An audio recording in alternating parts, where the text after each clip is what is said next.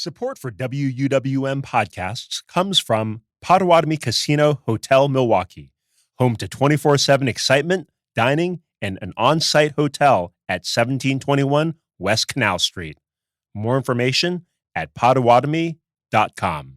Lake Effect brings you conversations about what's happening in Milwaukee and the people, places, and organizations that shape our community. This is Lake Effect Spotlight from WUWM, Milwaukee's NPR. The Milwaukee Art Museum has a new leader at the helm. Kim Sajet was previously the director of the Smithsonian's National Portrait Gallery, where she worked to increase the representation of women and people of color in the collection. In May, President Trump claimed to have fired Sajet from the Smithsonian, in part because of her work to diversify the collection. Although the Smithsonian made it clear the president has no authority to fire employees at the institution, Sajet decided to resign from her position a couple of weeks after the incident.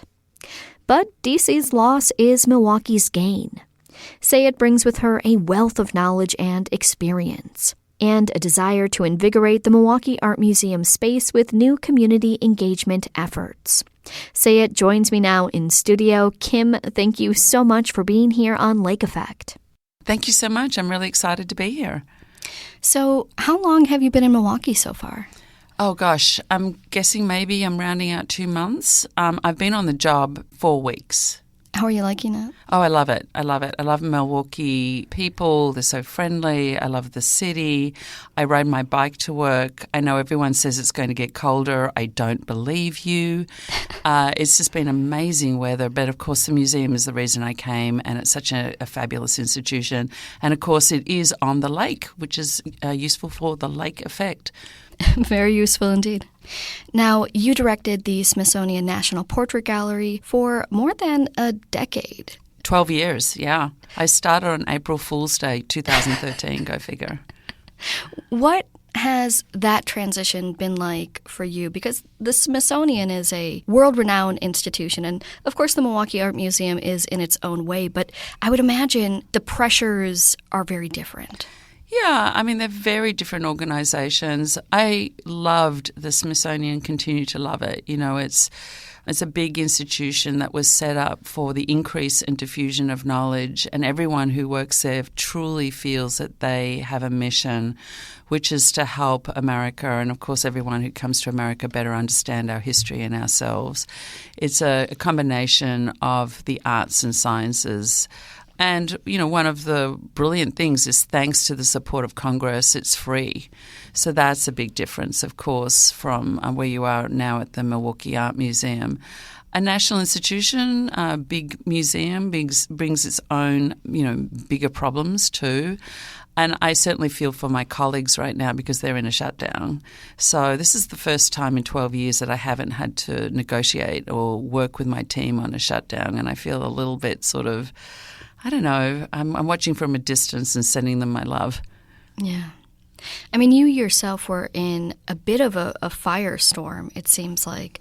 The president said he fired you. That obviously put your name into headlines. And I have to imagine as a museum director, that was an odd situation to be in. What was that like for you? I think the word odd is actually really appropriate because, of course, the President of the United States cannot fire any director of the Smithsonian.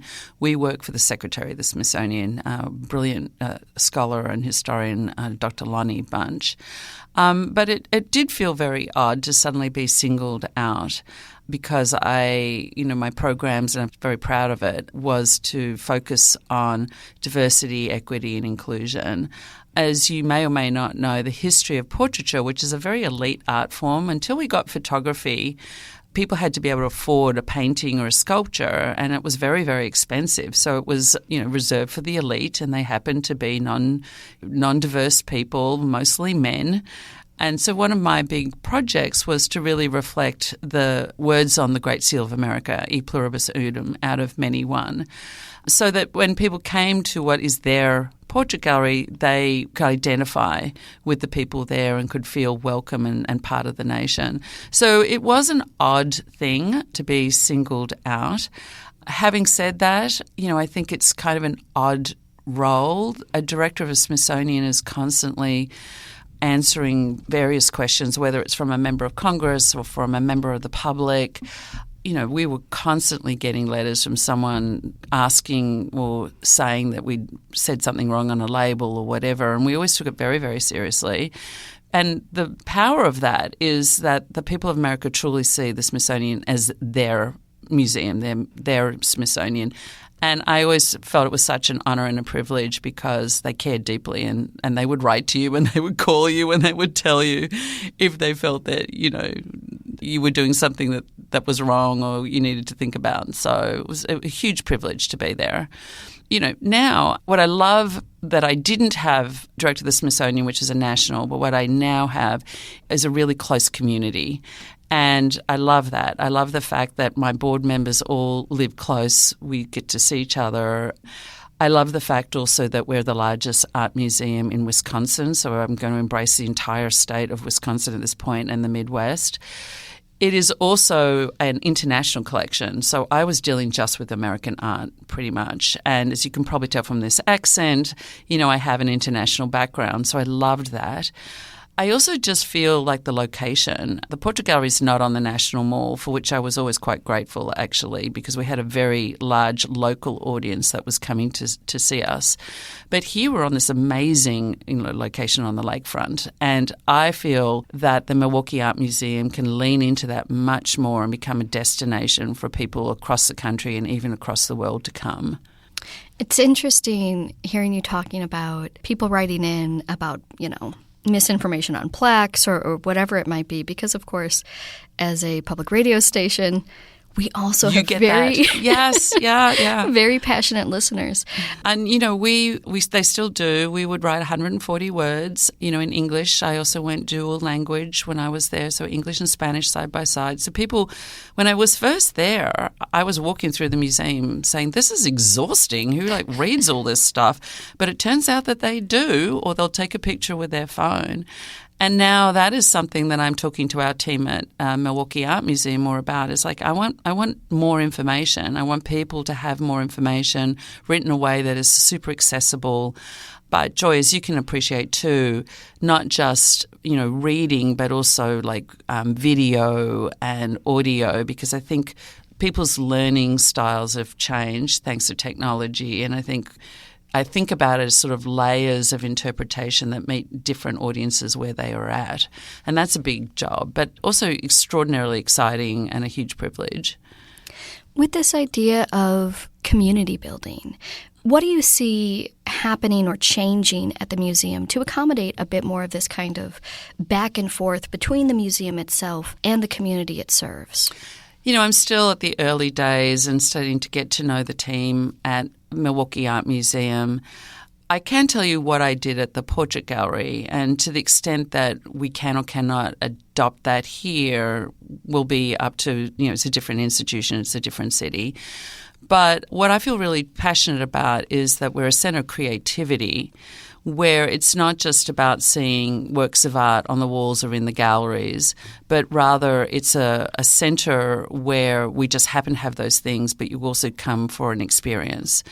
And more amazing contemporary artists are doing entire installations that you can walk into. Or how we think about the design of our exhibitions become an experience themselves. But also music and performance. When I was in Washington, we had a dance company in residence. So I'm kind of interested to learn more about the creative community here and who's there. It was a great partnership with the Dana Tye-Soon Burgess Dance Company, where they did not have a theatre to perform in. But they partnered with our curatorial team and they designed new productions around our exhibitions and people came. So we promoted them, they performed in our spaces and it worked both ways. But whether it's slam poetry or it's a reading circle or whether it's making art in the galleries or whether it's taking a tour or having a great cup of coffee, that it really is a moment where you can kind of leave the craziness of your everyday existence for a minute, come into, the Milwaukee Art Museum, top yourself up with maybe some new knowledge or a new idea or meet someone you didn't ever know before, even if it's reading somebody's words on a text panel, and then leaving again. And so part of the challenge, I think, is to remove or lower to the extent that I can the barriers of entry so that everyone feels that they can come in and pop in. I think it's a gift to yourself, it's a gift to your family, but it's also a gift to a smarter generation, because we know that when we can exchange ideas, and particularly out-of-the-box thinking, that really contributes to innovation and, as I say, experimentation, and that's really the heartbeat of the arts. Art is about experimentation and innovation. And then pass that information on to others, we all get better for it. And so I think that's, part of the larger project that I'm interested in. As you look to the future of the museum, what are your biggest goals? I want more people to come. I want more people to feel that they're welcome and they come. I want more diversity in terms of everybody who comes, and that's diversity in terms of age group, race, gender, different backgrounds. I think there's sometimes a perception that sports people are not arts people. It's completely not true. And so I think it's really making this a place that people feel very welcome and proud of. A lot of people in Milwaukee know us because of the building, the Calatrava, which incidentally will be celebrating 25 years next year, if you can believe.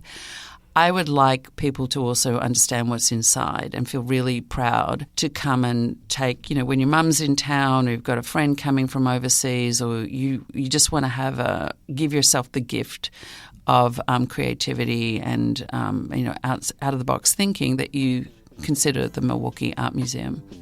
All right. Well, Kim, thank you so much for taking the time to chat with me. Thanks. All right. Be well.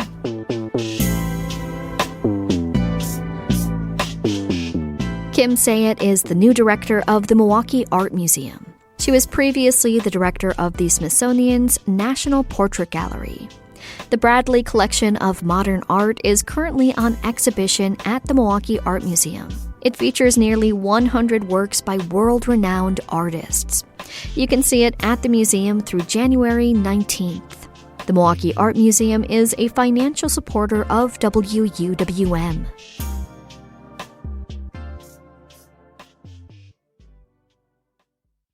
You can find more interviews like this one by visiting wuwm.com/Lake Effect. And while you're there, subscribe to the Lake Effect Spotlight podcast.